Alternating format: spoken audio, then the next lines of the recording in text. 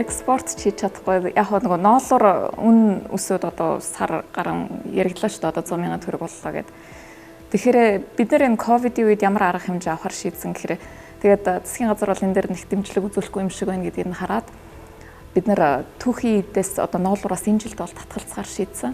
Энэ жил бид нэр түүхийн эдээ солиод одоо нөгөө 70 модны хүүн даваа оролцуулсан тэм полиэстер бүтээгдэхүүн одоо утсыг хятадаас оруулж ирээд тэгээ эндээ бүтээгдэхүүн үйлдвэрлэлээ буцаагаад хятад руу хил онгохоор гаргана гэсэн тийм төлөвлөгөөтэй ажиллаж байгаа. Би ноолоор утсыг яг бэлтгэхэд дунджаар түрүү жил $160 хүрч исэн бол одоо энэ утсыг би худалдаж авахд $10 болж байгаа байхгүй. Өмнө хийж байгаагүй шал өөр бүтээгдэхүүн хийж эхэлж байна гэсэн. Өөр бүтээгдэхүүн. Одоо энэ ноолоор 100,000-д хүрлээ гэхэд л би шууд хятадын зах зээл дээр юу байна гэдгийг судалж үзээл 100% eco-friendly те одоо sustainable тийм бүтээгдэхүүн хийж хэм бол хүмүүс бас нөгөө арай эрэлт хэрэгцээ хүрх юм болов уу гэж одоо тэгээ тийм бүтээгдэхүүнүүд л хийгээл яваад байна.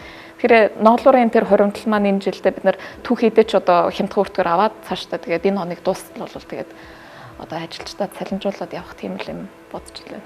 Тэгэхээр Made in Mongolia гэсэн бүтээгдэхүүн аягүй дуртай байдаг. Тэгэхээр би энэ хувцас одоо миний энэ хувцас чинь яг хийсэн манай загварын хувцсахгүй. Тэгэхээр хятадд бид нэр нэг яаж одоо зах зээлийн маркетинг хийн гэхээр Монголд үйлдвэрлэсэн зураг авалтууд Монголд хийн. Тэгээд влог давхар хөтлөн.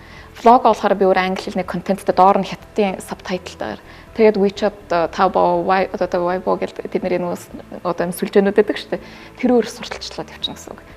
Тэгээд 11 сарын 11-нд нэг хэмжээний нөгөө сейл болоод зардагддаг шүү дээ. Тэрэн дээр л ерөөхдөө бэлдэж одоо юмнуудаа үйлдвэрлэж байгаа гэсэн үг л дээ.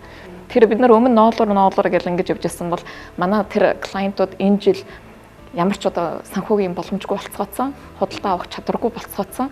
Тэгэнгүүтлээ би одоо эцсийн эрхлэгч рүү өөрөө орох шаардлага гарна. Гэхдээ хямдхан бүтээгдэхүүнээр орох шаардлага гарч байгаа байхгүй. Полиэстер утас оруулж ирэхэд Монгол улсад 15.5% татвар төлнө шүү дээ. Гэхдээ тэрийг нөгөө төр гормоор оруулаад ирэх юм бол Монгол улсад төлж байгаа тэр татвараа бид нар буцаагаад авах боломжтой байдаг. Яг нөгөө оруулж ирээд яг тэр хэмжээгээр буцаагаад экспорт нь гарах юм бол